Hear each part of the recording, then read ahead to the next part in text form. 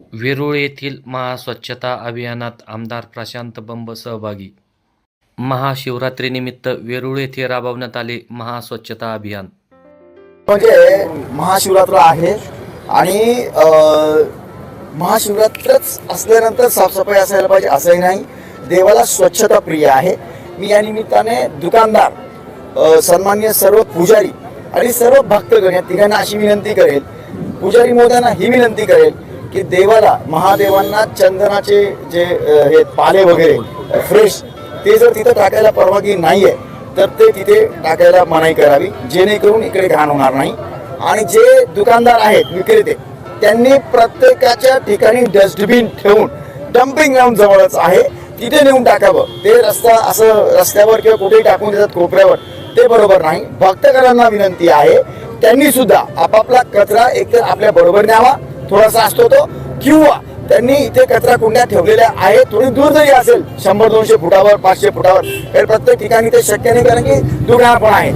अशी सर्वांनी खबरदारी केली पाहिजे. या निमित्ताने मी जिल्हाधिकारी महोदय, मुख्य कार्यकारी अधिकारी महोदय, जितके आमचे लोकप्रतिनिधी नवीन निवडून आले ते आणि सर्वच आमचे मित्र, सर्व या सर्वांनी मिळून आज सर्व साफ स्वच्छता मोहीम राबवलेली आहे. एकदम आम्ही पूर्ण साफसफाई गेल्या 2 तासापासून करत आहोत, परंतु ती काही पुरेशी नाही. याला सातत्य ठेवायला लागेल. सातत्य ठेवून कचरा होऊच नये असं आपण सगळ्यांनी वागलं पाहिजे. ही सुरुवात नवीन लोकप्रतिनिधींना पण मी विनंती करेल, तुमचे आज पहिलाच दिवस आहे, कालच तुम्ही निवडून आलात, आता साफसफाई पासून आपण सुरुवात करूया.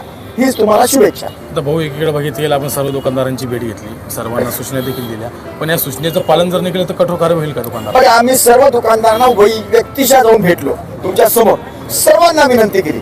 आता आम्ही कॅमेरे लावतोय. जर त्यांनी नाही ऐकलं तर पहिला दंड 1000 रुपये, दुसरा दंड 5000 रुपये, तिसरा दंड त्यांचे दुकान आम्ही बंद करून टाकू. त्याच्याशिवाय आमच्याकडे काही पर्याय नाही.